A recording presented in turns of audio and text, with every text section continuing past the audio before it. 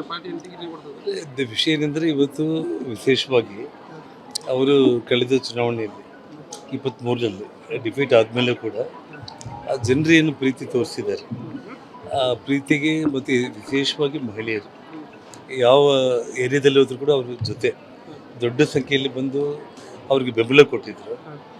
ಅದು ಎಲ್ಲಿ ಕೂಡ ಕೊರತೆ ಆಗಬಾರ್ದು ಅಂತೇಳಿ ನಿರಂತರ ಸಂಬಂಧಗಳು ಇರಬೇಕು. ಒಂದು ಎರಡನೇದು ಅವರು ಸ್ವಾವಲಂಬಿಗಳಾಗಿ ಬದುಕೋದಕ್ಕೆ ಈ ನಾರಿ ಜೀವನ ಅನ್ನೋ ಕಾರ್ಯಕ್ರಮ ಈಗಾಗಲೇ 1000 ಮಂದಿ ಮಹಿಳೆಯರು ತಾವು ನೋಡ್ತಾ ಇರ್ಬೋದು. ತಿಂಗಳಿಗೆ 25,000 50,000 1,00,000 ಕೂಡ ದುಡಿಯುವಂಥ ಮಟ್ಟಕ್ಕೆ ಅವರಿಗೆ ಆ ಏರಿಯಾಗಳಿಗೆ ಅನುಗುಣವಾಗಿ ರೀಚ್ ಆಗಿದ್ದಾರೆ. ಸೊ ಆ ಕಾರಣಕ್ಕೆ ನಾರಿ ಜೀವನ ಪ್ರಾರಂಭ ಮಾಡಿರುವಂಥದ್ದು. ಕೊಂಡು ನಿಮಗೆ ಡಿಲಿಮಿಟೇಷನ್ಸ್ ಈ ತಿಂಗಳಾಗುತ್ತೆ. ಯಾಕೆಂದರೆ ಪಕ್ಷಕ್ಕೆ ಬೆಂಬಲ ದೊಡ್ಡ ಪ್ರಮಾಣದಲ್ಲಿ ಇವತ್ತು TMC ಸಂಸದರು BJPಗೆ ಬೆಂಬಲ ಕೊಟ್ಟಿರುವಂಥದ್ದು.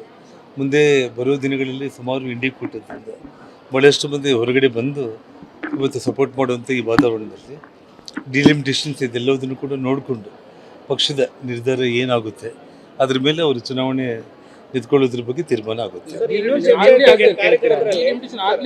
ಕಾರ್ಯಕರ್ತರು ಒಂದು ಚರ್ಚೆ ಆಗ್ತಾ ಇದೆ ಸರ್. ನಿಮ್ಮ ಕಾರ್ಯಕರ್ತರಲ್ಲಿ ಜನಾರ್ದನ್ ರೆಡ್ಡಿ ಅವರು 2028ಗೆ ಬಳ್ಳಾರಿ ರಾಜಕಾರಣ ಆದರೂ ಬಳ್ಳಾರಿ ನಗರ ಕ್ಷೇತ್ರ ಕಂಟೆಸ್ಟ್ ಮಾಡ್ತಾರೆ ಅನ್ನೋದು. ಸೊ ನೋಡಿ, ನಾನು ಒಂದೇ ಒಂದು ವಿಷಯ ಏನಂತಂದರೆ, ಇವಾಗ ಗಂಗಾವತಿ ಶಾಸಕನಾಗಿ ನಾನಿದ್ದೀನಿ. ನಾನು ಯಾವುದೇ ಕಾರಣಕ್ಕೂ ಕೂಡ ಗಂಗಾವತಿ ಬಿಡೋ ಪ್ರಶ್ನೆ ಬರೋದೇ ಇಲ್ಲ. ಒಂದು ಮತ್ತು ಬಳ್ಳಾರಿ ರಾಜಕಾರಣ ಅನ್ನೋದು ಮಾತ್ರ ಅಲ್ಲ, ಸುಮಾರು ಒಂದು 7-8 ಜಿಲ್ಲೆಗಳಲ್ಲಿ ನಾನು ಓಡಾಡೋದ್ರಿಂದ ಅಥವಾ ಈವನ್ ಇನ್ಕ್ಲೂಡಿಂಗ್ ಬೆಂಗಳೂರು, ಕೋಲಾರ, ಚಿಕ್ಕಬಳ್ಳಾಪುರದಿಂದ ಹಿಡಿದು ಇಡೀ ರಾಜ್ಯದಲ್ಲಿ ಸುಮಾರು ಜಿಲ್ಲೆಗಳಲ್ಲಿ ನನ್ನಿಂದ ಆ ಅಭ್ಯರ್ಥಿಗಳಿಗೆ ಒಂದು 5,000 ಮತಗಳು ಸಿಗುತ್ತೆ ಅನ್ನುವಂಥ ನಂಬಿಕೆ ಪಕ್ಷಕ್ಕೆ ಇರುವಂಥ ಸಂದರ್ಭದಲ್ಲಿ, ನನಗೂ ವಿಶ್ವಾಸ ಇರೋ ಸಂದರ್ಭದಲ್ಲಿ, ವಿಶೇಷವಾಗಿ ಬಳ್ಳಾರಿ ಅನ್ನೋದು ನನ್ನ ಜನ್ಮಸ್ಥಳ ಮತ್ತು ರಾಜಕೀಯವಾಗಿ ಜನ್ಮ ಕೊಟ್ಟಿರುವಂಥ ಸ್ಥಳ ಕೂಡ ಇದು.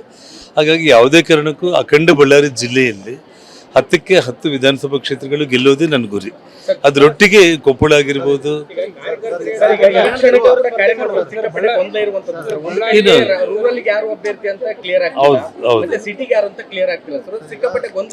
ಅದೇನೇ ಇಲ್ಲ. ಇವಾಗ ಸೋಮಶೇಖರ್ ರೆಡ್ಡಿ ಅವರು, ಸೋಮಶೇಖರ್ ರೆಡ್ಡಿ, ಲಕ್ಷ್ಮೀ ಅರುಣ ಇಬ್ಬರು ಕೂಡ ಒಟ್ಟಾಗಿ ಸೇರಿ ಪಕ್ಷಕ್ಕೋಸ್ಕರ ಕೆಲಸ ಮಾಡ್ತಾ ಇದ್ದಾರೆ. ನಮ್ಮಲ್ಲಿ ಯಾವುದೇ ರೀತಿ ಗೊಂದಲ ಇಲ್ಲ. ಇವತ್ತು ಸೋಮಶೇಖರ್ ರೆಡ್ಡಿ ಅವರೇ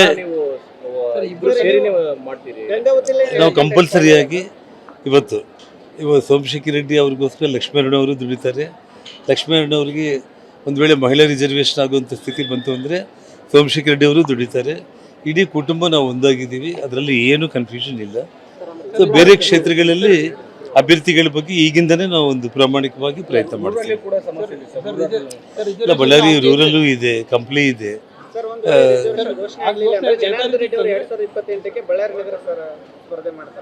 ಸೊ ಜನಾರ್ದನ್ ರೆಡ್ಡಿ ಸ್ಪರ್ಧೆ ಮಾಡೋದ್ರ ಬಗ್ಗೆ ಪಕ್ಷ ತೀರ್ಮಾನ ಮಾಡುತ್ತೆ.